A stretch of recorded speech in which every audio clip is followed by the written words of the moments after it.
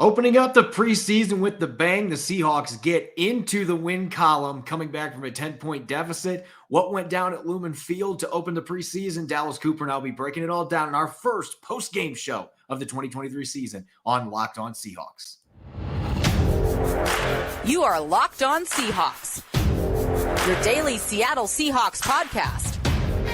Part of the Locked On Podcast Network, your team every day.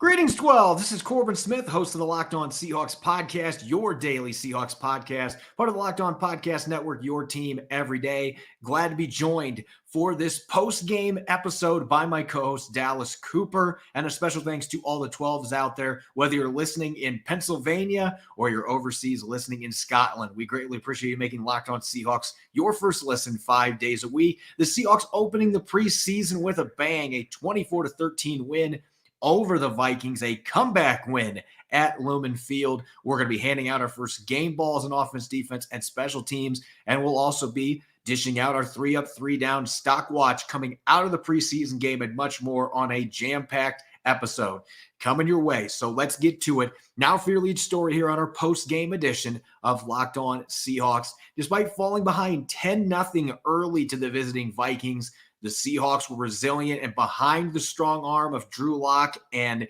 a feisty young pass rush, the Seahawks were able to claw back and win 24-13 to improve to 1-0 in preseason play. And we'll have time to talk about Drew Lock as we get deeper into the podcast, Dallas, because I thought aside from one throw, this might have been the best we've seen him play in a Seahawks uniform. But I don't think that was the biggest storyline in this game. You have no Draymond Jones, you have no Jaron Reed, no Darrell Taylor, and yet the most dominant part of this football team from the outset was a young defensive line that had two rookies and a second-year player in Boye Mafe getting after the quarterback and playing strong run defense right away made an impact. To me, that was the most encouraging thing that came out of this football game.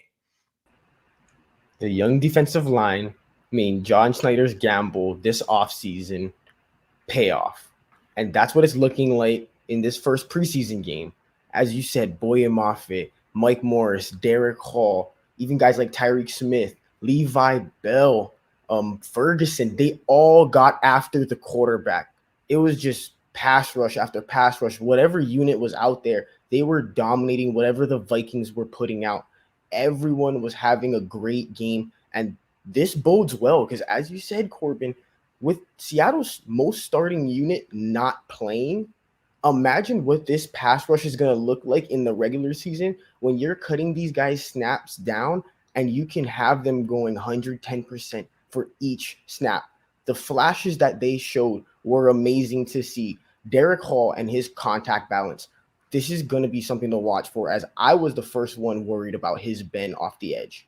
But he's proving that to not even be close to a worry. And I was completely wrong on that, as he had a couple plays with quick pressures off the edge using his bend. And that is something that I wasn't really projecting from him. And as we were talking about before the show, Mike Morris, he's a monster at 3 tech, 6'6", 300 pounds. He actually matches up on size to these offensive linemen. And you can tell as he's using that power to his advantage. Pete Carroll, what a steal in the 5th round. Mike Morris, great selection.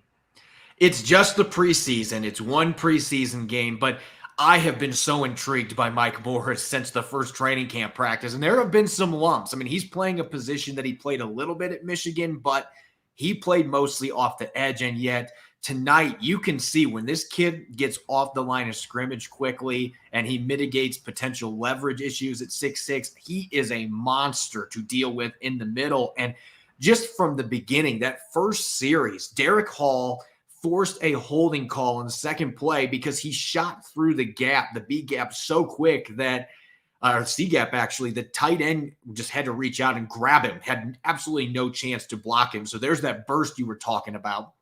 And then 2 plays later, the Vikings, they're inside their own 10-yard line after that penalty. Nick Mullins is dropping back by the goal line, and here comes Derick Hall again, wreaking havoc, forces Mullins to step up, and who's waiting for him? Mike Morris there, blasts him incomplete pass goes into the turf, and that's just really fun to see those guys getting after it. And then the next drive, Boye Mafe, we've had some listeners that have responded on social media saying, I just need to see this kid play in the preseason like you guys are saying he's playing at training camp and at the mock game. I hope you were paying attention tonight, because the second drive, he had two fantastic run stops. One of them was on 3rd and 1, and he bottled up the running back at the line of scrimmage. Kobe Bryant and a few others came in to help clean up, but Boye Mafe made that play with his penetration. And then 2 plays later, unfortunately, he gave up the conversion on 4th down.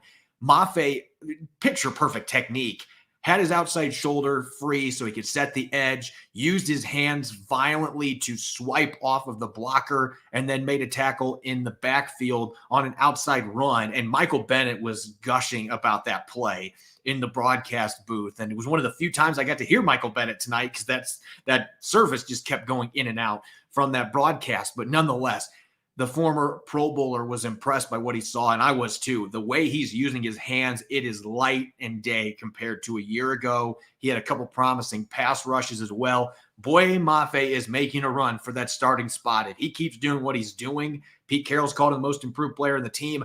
I'm seeing it now on the field in both run defense and rushing the passer. So how exciting is that, Dallas? Derick Hall, Mike Morris, Boye Mafe, all those guys getting after it. And as you said, there were a few undrafted guys in this game that came up with some really big plays as the game progressed. So I loved what I saw from the defense, and particularly the run defense. We keep talking about the pass rush. Dallas, they gave up 70 rushing yards and didn't give up a single rush of more than 9 yards in this entire game. 3 yards a carry for the Vikings.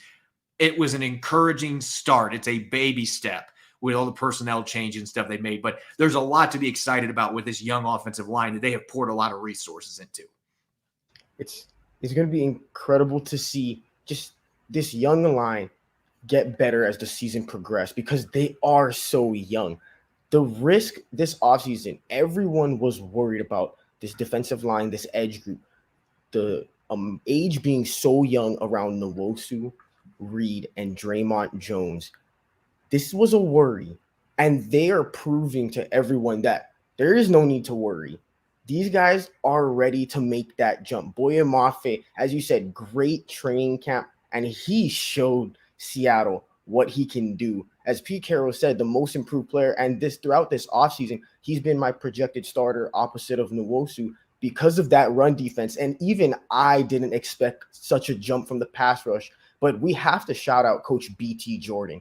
That was a huge offseason pickup for them, because they have not had the pass rush really be this much of a threat in the last couple of years. But as soon as he comes in, wow, what a jump these young players are really making to be immediate impact players.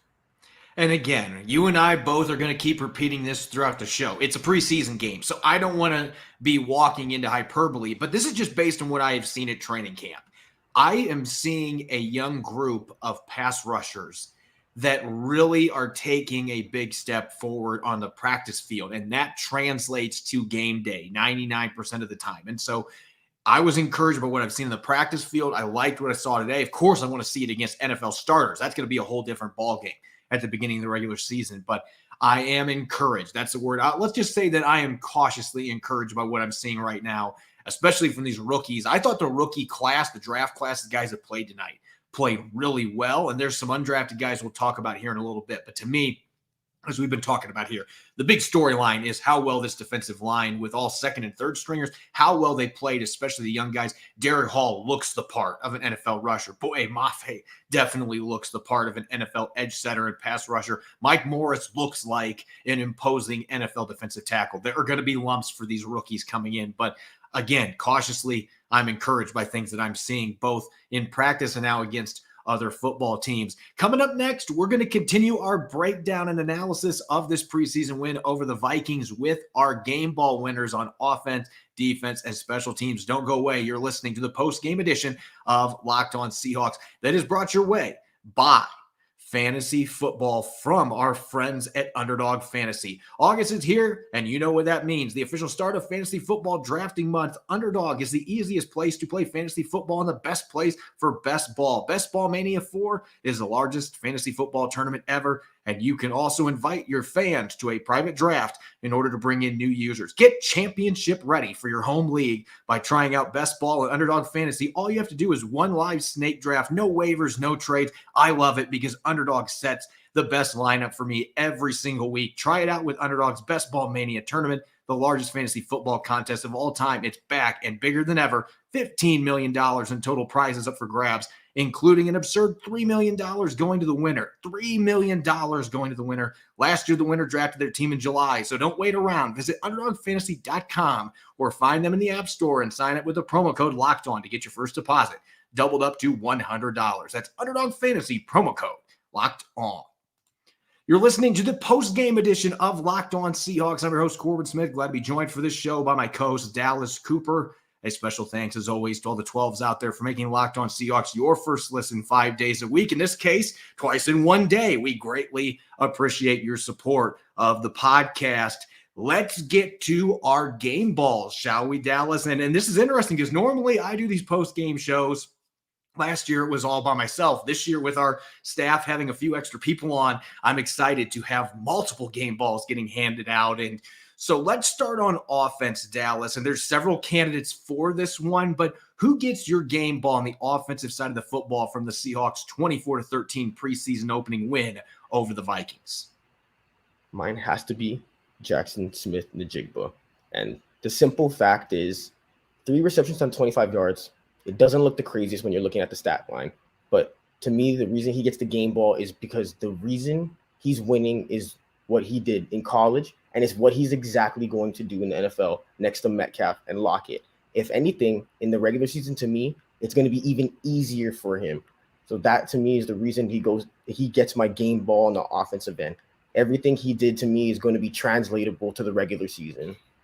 Yeah, we got to see the quick route running. We got to see the savviness coming out of his breaks. And I know the first 2 catches didn't go for very many yards, but he'd have a 15-yard catch. And those are the little plays that you are looking for from your first-round picks as they get their feet wet in the NFL. And then they didn't play in the rest of the game. Probably smart with some of the other injuries that they had at that position. I'm going to stay at receiver, too. I thought about Drew Lock for this, but I got to go with the guy that continues day in, day out to somehow build his stock. And I've been raving about him the last couple of days in the podcast, and I can keep doing it if he keeps playing the way he is. And that's Jake Bobo, leading the team with 55 receiving yards. He didn't get to 90, like I said, maybe this morning that he might be able to, but I actually thought he had a chance there after he scored a 19-yard touchdown. But think about it, Dallas.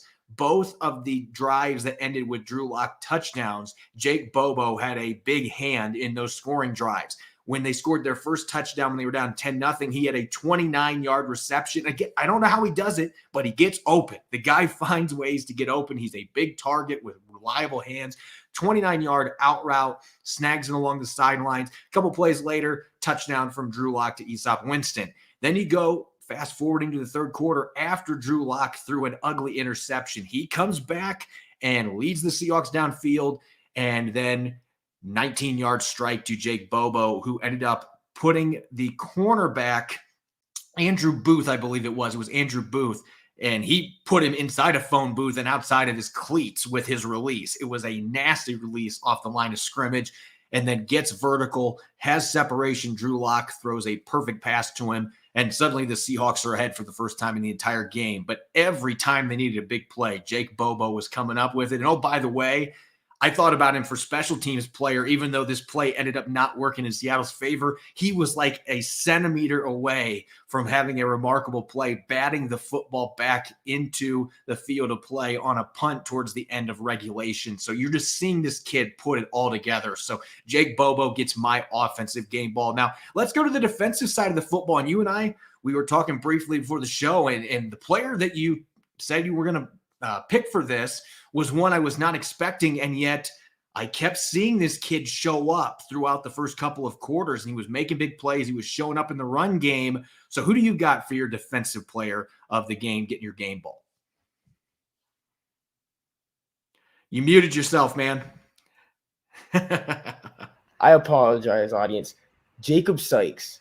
Throughout the first couple quarters, I kept seeing Sykes in the backfield, and at first, I wasn't too sure what number that kept going into the backfield. I was trying to figure out the number, and then I kept seeing 69, 69. And I was like, who is this guy that's consistently getting to the backfield? The former Harvard kid that went to UCLA, that little did I know, when you're going into the mock draftable, which is measuring the athleticism of defensive tackles since 1987, he's in the top 155. He's a guy that is an athlete there. Now, 7.453 cone and 1.710 yard split, both above 80th percentile coming out of college. And did it show? Absolutely. These guards could not do nothing with him. He was at 3-tech, consistently getting past them. And that short area burst is real. This is a guy that in a low snap count, potentially in the regular season, could really be a splash player for them. Excuse me. Yeah, I thought he was a guy that jumped off the page today. And you mentioned the athletic measurables. I always look at that stuff with undrafted players, and you know that he's got brains. He's got a degree from Harvard before he went to UCLA as a grad transfer. So you know this guy's extremely intelligent, and he's also a top-tier athlete at the position. But he was a game wrecker. He had a pass breakup at the line of scrimmage. He had penetration in several plays. He had a quarterback hit. I kept wondering about that. I'm like, who is number 69? And what's weird is that he's one of those players that was cut at one point during the offseason program, and then they brought him back. So he's already been cut once. But this is a guy that with the athleticism and the smarts and what we saw tonight, maybe he can play his way into a practice squad spot as somebody you can develop. And he just played in the Pac-12 conference. The conference is still exists for one more year at least. But he was able to play against some of those top line teams in the Pac-12 and put together a pretty solid season. He had almost double-digit sacks in his last year at Harvard. So this guy's a really good athlete at the position. He's a lot of fun. I have to stick with Boye Mafe on this because I know that we had those splashy plays on offense like Jake Bobo's touchdown, and we had the special teams play I'm sure we'll be talking about here in a few moments that kind of got everybody fired up in the second half. But to me, my favorite play in this entire game was the play that Boye Mafe really was picture perfect film to show any young player how to set the edge against the run. He kept his shoulder free. He was playing with a firm hand, strong hand, sheds the block, and then goes in pursuit perfectly, corrals the running back on an outside run and drags him down for a 2-yard loss. It was picturesque. And then seeing a couple of his promising pass rushes that he threw in there as well in his couple of drives that he played in this game, he just continues day in and day out to get better. He is rapidly improving. This is an ascending talent that still has a long way to go to his potential. And that is awesome news for the Seahawks. And I was just excited to see him go out there and make the plays he did against the run. He was one of their best run defenders last year, and he has picked up right where he left off a year ago. And now you add in the refined pass rushing, the better anticipation of the snap, better burst, the entire package, his hand usage. BT Jordan can be credited some for that in his short time here, but you're just seeing a much different football player, a much more confident and more refined football player in Boye Mafe. And I thought he was the most disruptive player for the Seahawks in those first couple of possessions on defense. Now, special teams, Dallas, I think you and I are both probably going to give our game ball to the same player because I know Jason Myers was money today, but we expect that. Michael Dixon kind of had an up and down day punting the football by his standards, but maybe the craziest play came from undrafted rookie Griffin Hebert, one of their backup tight ends. And I'm just going to say this. It's kind of in line with the rule when the ball gets fumbled into the end zone and then they say it's a touchback. I feel like another rule that's archaic. If you muff a punt, the other team recovers it, they should be able to take it back for a touchdown. I think that needs to change. I've thought that for quite some time. It was not something that I just started changing my mind about tonight because Hebert recovered and returned it for a touchdown, and then they sent it back to the 16-yard line or wherever they were at. But I want to see that rule get changed because, first off, it's an exciting play. And second, it just doesn't seem fair that if a guy recovers something like that, that he can't progress the ball forward. But that was a really exciting play to see. And Pete Carroll was chewing the refs, even though that's what the rule book says. Come on, give my guy a touchdown. It's the preseason. Absolutely. That was a play that fired up the crowd. I was watching the game, and I genuinely stood up in excitement and dang near spilled my water. I was so happy, and it was just something, especially in the preseason, you're not expecting to happen. And This really reminded me of a very interesting moment in Seahawk history. Reminded me of when they played the Packers in the NFC Championship game and the onside kick muffing off of his chest, going right into the Seahawk player's hands and them getting the ball back. It was such an amazing thing. And this was something that really reminded me of that. And it was really funny just watching that. Yeah, it's funny. I actually had a little bit of a flashback to that play too, even though they were two totally different plays. This wasn't an onside kick. It wasn't the NFC Championship game with a trip to the Super Bowl coming up. It's the first preseason game, but yeah, very similar in the sense that it was such a clean recovery, and you would love to see the guy just be able to take off. And there may have been a time where I understood that rule, but I just think it's dumb. Don't muff the punt. Don't be stupid and get pushed into the football. Don't make those kind of mistakes. And if the ball comes loose and they score a touchdown, hey, that's on you. That's my viewpoint on it. But anyway, Griffin Hebert is our winner on special teams because that was such an exciting play. Even if it didn't end up being a touchdown, Jake Bobo scored a few moments later to give the Seahawks the lead. So it ended up being a huge play in this preseason game. Let's shift our gears now, Dallas, to 3 up, 3 down. And one of the rules we have installed this year. Last year, there were a few times that I had game balls that were handed out, and I also put players on a 3 up, and our listeners were like, well, you can't do that. That's cheating. And now I guess I agree with it. So especially in the preseason when you have a lot more guys playing, let's get to our 3 up, shall we? The players who really improved their stock tonight with the way they played. Of course, we could put Jake Bobo on here, some of the other players we've talked about, but let's get to some different names here. And Dallas, I want to start at the running back position. Of course, me being the running back guy, but you couldn't help but be impressed by the way that Bryant Koback played today. I'm not going to say he's Chris Carson because he's going to have a hard time making this football team. And yet there were some plays where you could see the leg drive, the contact balance, the ability to create after contact that kind of were Chris Carson-esque. And you got to remember, this is a guy that almost ran for 4,000 yards and 45 touchdowns at Toledo. He was one of the most productive backs in all of college football. He has outstanding athletic tools. He's an upper echelon athlete at the running back position. Got to see him go out today, and he ran the football well, ran hard. He also had a 32-yard reception on a wheel route that he caught from Drew Lock, which was the longest pass play the Seahawks had the entire game. That was exciting. So we got to see the versatility from him. So I think this was a big game for Bryant Koback with Kenny McIntosh and Ken Walker III being out. You got to see another guy that with the running back injuries this team has had, you might want to stash this guy on the practice squad because he looks to me like a capable NFL running back. He showed out. It looked like NFL players genuinely had a hard time tackling him. And that's as simple as that sounds. That's, to me, normally the biggest factor when watching preseason running backs. If the defenders are having a hard time tackling him, it probably is difficult to tackle him. Let's not make it too complicated.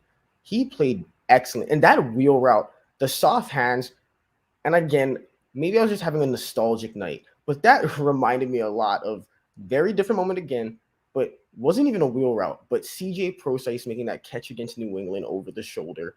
Koback, it just reminded me of that moonshot deep into the night. Great catch. Koback had a great game and really showed out, Corbin. He did. He played really well. And then you had the pride of Washington State, Aesop Winston, who, this is a guy, I'm going to be honest with you, Dallas. I did not think going into training camp that he had a chance to make this football team unless he emerged as their kick returner. But now with Kay Johnson, unfortunately, being sent over to the hospital today for precautionary reasons with head and neck injuries. D. Eskridge got banged up tonight. He's suspended the first 6 games. Derick Young is trying to get through hip and groin injuries. I mean, they are banged up. Cody Thompson didn't play tonight. I don't know if that was injury related or not, but with all of these injuries and the suspensions, I mean, there are going to be roster spots now available at that receiver position. So a player like Aesop Winston going out and getting touchdown catch, getting 3 receptions, getting some yards after the catch. I think this was a big night for him, and he's certainly a guy that can return kicks. He's done it for the New Orleans Saints earlier in his NFL career, and he was a prolific receiver at Washington State, so he's got the receiving background. And let's go to the defensive side, because this is a guy you and I, when we were putting this list together, there were no other defensive guys that jumped out to us because you already had talked about Sykes for your game ball, but How about Levi Bell rushing off the edge, former USFL player, played at Louisiana Tech? You want to talk about a guy that's got freakish athletic tools, and he's built like a house. I mean, the guy's like 5'11", 260. He is short, squatty, athletic, and he is feisty off the edge. 2 quarterback hits tonight, a sack. I just feel like every time I turn around, he made some big plays in the mock game. Every time I turn around, Levi Bell is taking full advantage of all the reps that he's getting. And now with Josh Ojiniogo out for the season and being on waivers, I wonder if this might be the guy that kind of surprises and sneaks up a little bit and makes his football team, or at least pushes for it, because he is exciting off the edge, and he's a perfect fit for that 3-4 outside linebacker position. He's just a feisty rusher off the edge, a guy you could be excited to give him 10 to 15 snaps in a game, and him just giving it all, pinning his ears back, getting after the passer. Built really similarly to Elvis Dumervil, that short, stockier build off the edge. Offensive tackles have a tough time getting 2 hands on him because of that height difference. They're not used to going against edge rushers who are below 6 feet. It's an interesting build. That quirkiness about him and his play style really does put tackles in trouble, and it's going to be interesting to see how it progresses into the regular season, especially with him fighting for a roster spot. Let's go to our 3 down segment now. And I will say this does not necessarily mean that a player played poorly, but it really boils down to, in this time of year, it's about weighing stock. And the center position, we talked earlier this week, Evan Brown, Pete Carroll's been saying he's got the edge right now.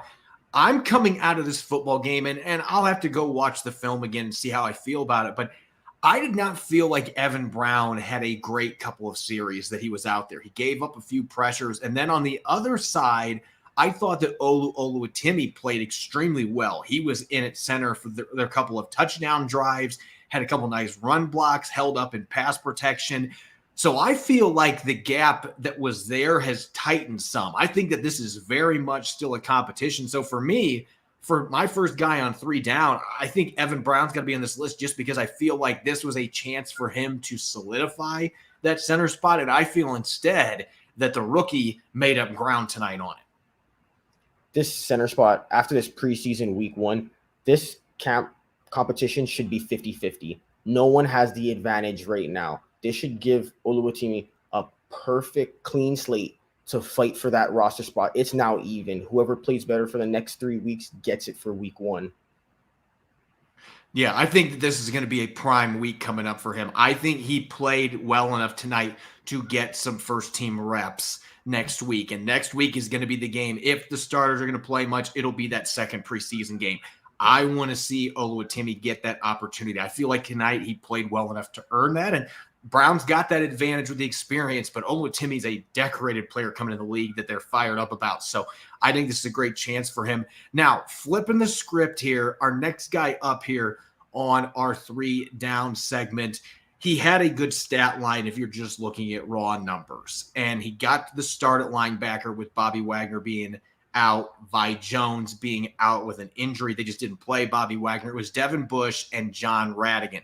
I thought Devin Bush looked pretty good out there the couple drives that he played on. He was flying all over the place, making plays in the run game. John Radigan had the accumulated tackles. He led the team with 9 tackles in the first half, and yet I felt like there was plenty left to be desired with his play out there, particularly the missed tackles. I counted 4 that he missed in the first quarter, or first 2 quarters. You were worried about the tackling, and to me, the biggest issue was the intermediate passing windows being too wide open. It was too much easy completions going right over the linebackers' heads, and a lot of that was Radigan and his coverage in space not being there. It's going to be tough, but unfortunately, he did have a down game today. Yeah, I wish we could have seen him make a few more plays. Again, he had a lot of tackles, but there were several that were left in the field that led to first downs, the coverage issues. I really wanted to see Vi Jones have the opportunity. And this was a chance for John Radigan to make a statement. And I just didn't feel like, while there were some good plays out there, I just didn't feel like this was the game that he needed necessarily to show, hey, I am capable of playing on this defense if needed in the regular season. I'm not seeing that yet from him. As for the last one on this list, and you and I talked about this before the show, Trey Brown has had an outstanding training camp. He had a pass breakup early in this game, but there's such a thin margin for error at this cornerback spot, Dallas. You've got Mike Jackson out there. You've got Kobe Bryant still in that cornerback group. Devin Witherspoon, they're hoping to be back pretty quickly from this latest hamstring injury. RB Burns. I mean, this is a very deep cornerback group, so there's not much room for error. And I thought some of the most glaring mistakes that were made in today's game, unfortunately, were made by Trey Brown. Trey Brown, in the beginning, he was very sticky in man coverage, and there were times where he was right on the receivers and they were not able to get separation. But unfortunately, there were multiple passes and a touchdown he did give up where he looked like he was in cover 2 and he got beat by a sail route to the outside. He fell for the hook cheese, which is the smash concept. And unfortunately, that's what they're coaching to get away. You go for the deeper route. But it was a great throw. He was there. He jumped up. His hand was there. But it's unfortunate because he is a smaller cornerback, under 5'10". It's really tough, especially when the quarterback throws it high and it's a height mismatch. I felt like he was there, but he did give up a touchdown and had plays where they were going after him. He also missed a key tackle on a third down against a tight end, and it was after I think it was a fourth down play. I'd have to go back and look, but it was a tight end out in the flats. I believe it was Johnny Munn was the tight end, and he had the opportunity to bring him down the backfield, and he just couldn't finish the tackle. And again, it's the first preseason game. This team does not actively tackle at practice, so there are going to be some bumps trying to get back in a rhythm playing a real football game. So he is not in danger of making this football team or anything. But I felt like tonight there were enough mistakes with how little of margin of error there is at that position that now the door is very much open for Mike Jackson to still have that other starting job. Maybe Devin Witherspoon is still going to be your other starter on the outside once he gets back. There are a lot of things still to determine in that deep cornerback group, and he'll have a chance to go out and play again next week. He did have a pass breakup, had a nice kick return as well, so that will aid his efforts as well. But I just felt like it was kind of an up and down game for him, and as competitive as that position group is, you need to bring your best in these preseason games if you're wanting to secure a starting job. As always, you can follow me on Twitter at Corbin Smith NFL. You can follow Dallas at Dallas C. Cooper. Subscribe and follow Locked On Seahawks on YouTube and wherever you listen to podcasts to ensure you don't miss a single episode. We will be coming back on Monday. This will count as our Friday episode. We're going to take a few days here to reset. On Monday, we're going to have some more in-depth looks at the Seahawks win over the Vikings, offense, defense, and special teams, a tape review, so to speak, and we're really excited to break that down. So make sure that you're listening in. Enjoy your weekend. Thanks for listening to this episode. Go Hawks.